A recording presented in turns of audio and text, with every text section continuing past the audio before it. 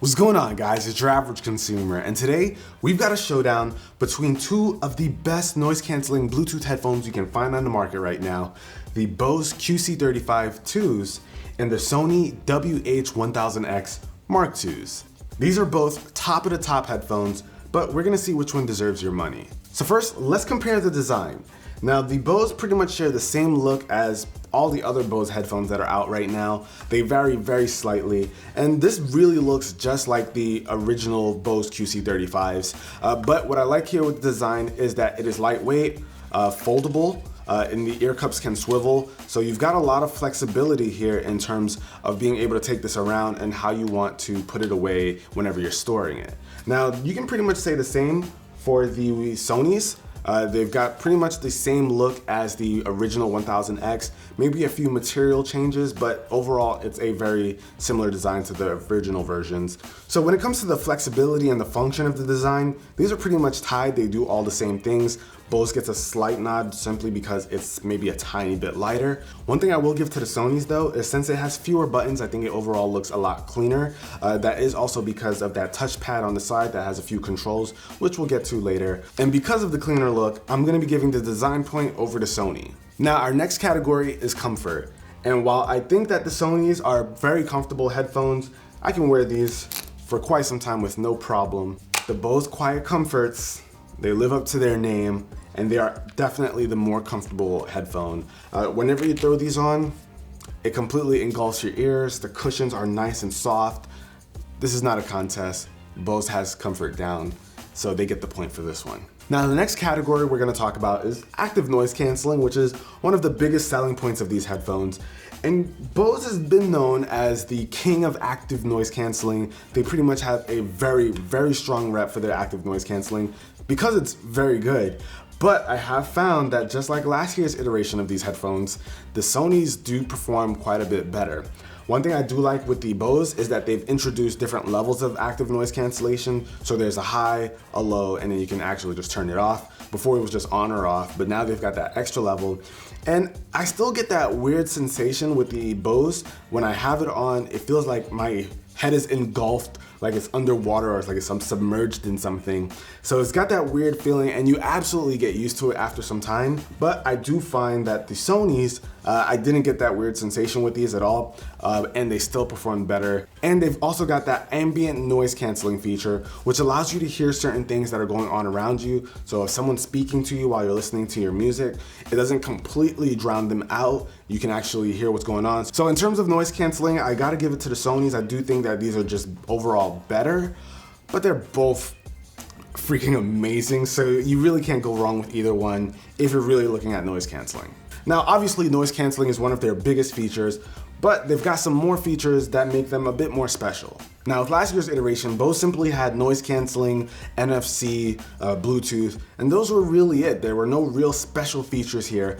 But with the Mark IIs, they have a new feature with this little button over here. And what this does is it allows you to use Google Assistant. And no, you don't need to have an Android phone to take advantage of this. You can download the Google Assistant app right onto your iPhone. So it'll let you know if you've got a package coming or your flight status, any of the kind of information that you would expect to see in your Google Now page, you can get with the press of a button, which I think is awesome. You can also change this button to toggle through your active noise canceling settings. So if you wanted to turn it off or make it low or high, you can use this button for that as well. Now, when it comes to the Sonys, the 1000X have always had a ton of features. Sometimes I sit up here and I'm like, did I get them all? Let's see. First thing, of course, is the fact that they are noise canceling, Bluetooth, have NFC, but they've also got this touchpad on the side, which you can use to control your music as well as your calls and your volume. And if you hold it, it'll activate your voice assistant. So if you've got Siri or maybe your Google Assistant, you can actually call it up by just holding this. It's not a dedicated button like what you'll find with the Bose QC35s,